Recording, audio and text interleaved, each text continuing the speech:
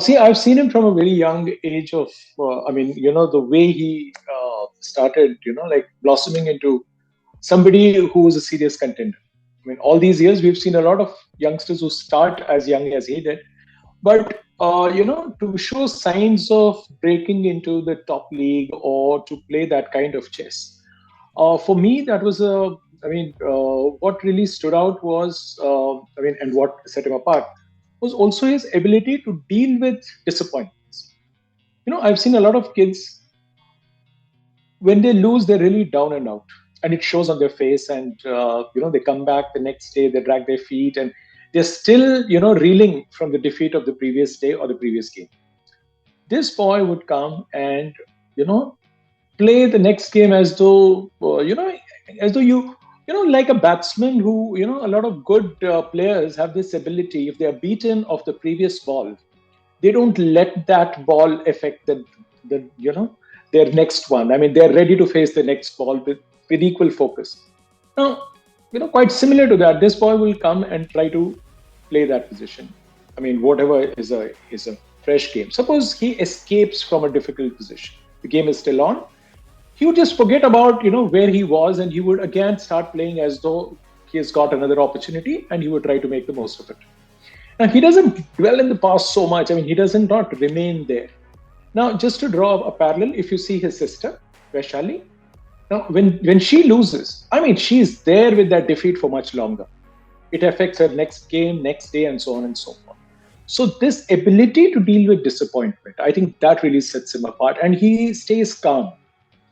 And I also feel that, of course, disappointments are disappointments, no question about it. He has somehow dealt with it in a very mature way. That means that for him, there is not much of a difference between a win or a loss, in the sense that he doesn't make a big deal out of winning a game. He doesn't make a big deal out of a loss, because that is, I think, a sign of a champion, which you don't get to see in a lot of players. Like, I remember talking to Gukesh. Gukesh lost to Prague in Iceland in one of the tournaments last year. And Prague was in a position where he was completely losing, and Gukesh was about to win that game. Gukesh committed a mistake, and Prague got after him, and he won that game. And Prague, in his own admission, he said, "I sat and cried." You know, Imagine two young kids. I mean, they were what, 15? I mean, 16 and 17 years old. And here is a kid who is crying. He said, "I went to my dad, and my dad just hugged me." And, this is the kind of support that Gukesh needed, having lost to Prague. But Gukesh is slightly different. But what he did, he went on to win the next three tournaments. He went to Spain and smashed everybody. I mean, imagine these kids are showing me signs of, these boys are playing like men. They are showing signs of maturity, which is way beyond their years. I mean, I've seen a good number of youngsters. I've seen Anand as a 17, 18-year-old. Anand was, of course, a different personality. There's no comparison, because it's not just their game; it is the personalities, the way they're groomed, and the way they were raised by their parents. Now, here also, when you see Gukesh, he's quite different than Anand or Gukesh. I mean, his upbringing has been pretty different. And to have that kind of, that the steely resolve, that, just means everything to him, no question about it. But I think that one quality of, looking at a game and trying to filter out the best possibilities, because there are a series of possibilities, number of things, and to filter out the best in quick time. And to believe that, yes, I'm not necessarily playing the best move over the board, but I know that this is a pretty strong move. So it's like not, wasting your time on choosing the best. Just looking at a very strong challenge for his opponent and playing it. This is the same quality that Anand had, which a lot of other players don't have, because their time management is a mess. Gukesh never gets into that kind of a position. And also, because he has played so much of speed chess in his life, plays for 1 minute bullet chess, and 3 minute blitz, and 5 minute blitz. I think that confidence is enormous. He knows that even when he's down, he doesn't let the clock affect him, which is, again, you won't see with a lot of players. So there are these qualities; they all add up, and the sum total of all that is Praggnanandhaa. Why I'm backing Prague is that in a situation like this, I expect Prague to stand firm and to deliver that last punch. Whereas I don't think Gukesh has it in him as of now. He's still not ready to play somebody like Magnus. Although he has a victory over him, that's again online kind of stuff. But the day is not far when you will actually see that if Carlsen is not motivated on a given day, these kids are going to go for his throat. That is what I'm saying. That is the best part of it, because Magnus will have to be motivated. He cannot just drop his guard for a moment. If he does, he's going to get into serious trouble. So, of course, that's where we are. We only look at, young champions excite us. But at the same time, what I see is that if you put these young Turks against Carlsen, because they are younger than him, they have the energy to match Magnus Carlsen. Now, what Carlsen did to Anand, these kids are doing, they are capable of doing it to Carlsen in a few years from now. Anand lost to Carlsen not because Anand was any less. It was only that he took the matches into the 4th and the 5th hour when Vishwanath and Anand's energy began to actually, drip. And once that dipped badly, he wasn't the same. He couldn't focus that. Because for years, Anand played with opponents who would look at a drawn position and take a draw and conserve their energies. What Carlsen did was he said, okay, if it's going to end in a draw, let's have it over the board. Why are we agreeing for a draw?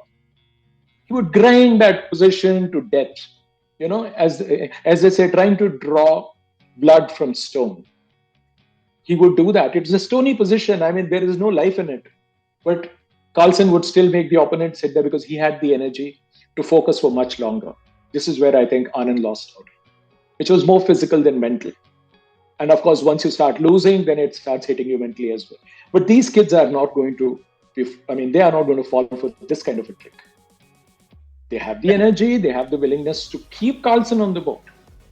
Carlsen is not an old guy, he's still very young. But if Carlsen is not focusing enough, he is not used to being tested like the way these boys are testing. Look at Vincent Keimer. That German boy beat him in the first classical game. You look at somebody like Abdur Sattarov. Now that boy took the world title, the world rapid title away from Magnus Carlsen. He beat him in a world rapid championship. But these are all teenagers I'm talking about. So give a lot of credit to these teens. They all adore Magnus Carlsen. They all want to be Magnus Carlsen. But they are not in awe of this man. They believe that we have the game to beat him. And it is not just their belief, they have done it over the board. So a lot of credit is due to this newer generation of chess players who continue to give you so much joy. It's not just playing or winning. Look at the way they are able to find these moves in a jiffy, in a flash. And they're accurate. Their calculating abilities, it's awe-inspiring. So I give a lot of credit to this generation, not just the Indians. You look at some of the Uzbeks and this kid from Germany. These guys are proving themselves. So it's great to find this kind of talent at one time. And India having at least 3 to 4 teenagers.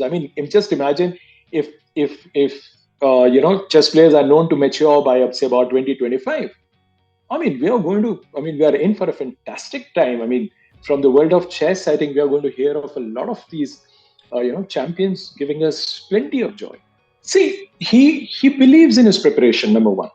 And even when he's not prepared, he at least he's confident about the work that he has done all this while. Like today's game, for example, he surprised Magnus Carlsen with an opening. Like if I were to just mention the move, it is c4, which is the queen, bishop, pawn pushed to the 4th rank. Okay, that's how it appears on the board. So Carlsen admitted that, look, I wasn't ready for this English opening, which is a reverse Sicilian dragon. The way it panned out, that is just for people who know it. But if you just leave aside all this, jargons and the terminology or whatever that we have, now Carlsen, in the games that they've played with each other, Pragg has never played this against Magnus. Now, what I'm trying to tell you is here in a World Cup final, the first game, he's trying to surprise his opponent with a line which he has never played. Now, how about that? So that means And then when he was asked after the match, he says, look, I didn't look too deep into it. I just played that. Now, this is the kind of confidence he has. He's not gambling. It is just, he just believes that, okay, I can take Carlsen out of his opening preparation. And that's exactly what happened. And Carlsen admitted later on that, look, I wasn't ready for this. So again, it's a reflection of the way this man thinks.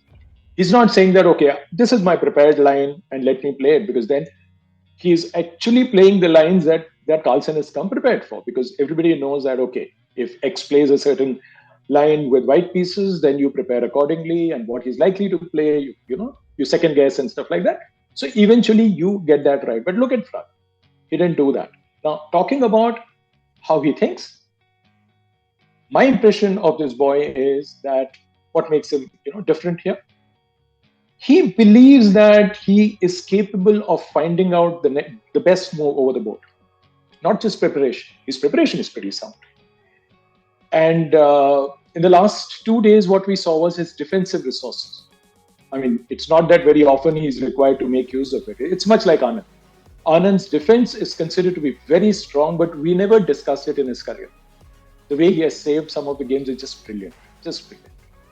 So the way, I think a lot of credit is due to Ramesh here, because Ramesh has groomed him in a certain way to make him into an all-round player, not just prepare, go, and just get your opponent into the preparation and win. No, he didn't do that.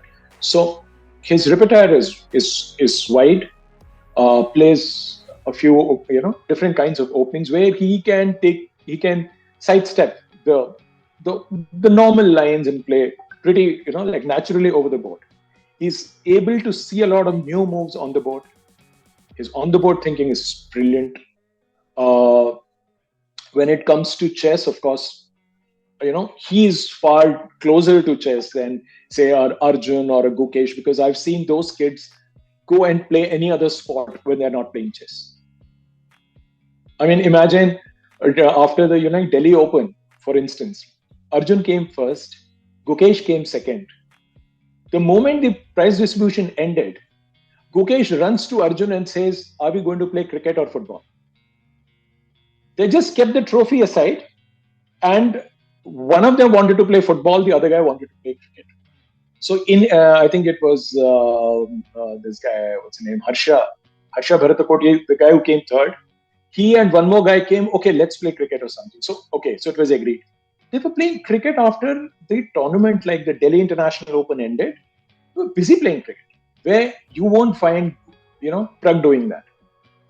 Pragg will probably, go to his family, go to, his mother and sit with her and have a glass of water, or maybe talk about something else. You won't see him, at least I haven't seen. Like during the World Cup, Gukesh was playing tennis on the day of rest. Now, can you imagine Pragg doing that? Probably not. So Pragg is more closer to the game because he derives a lot out of it.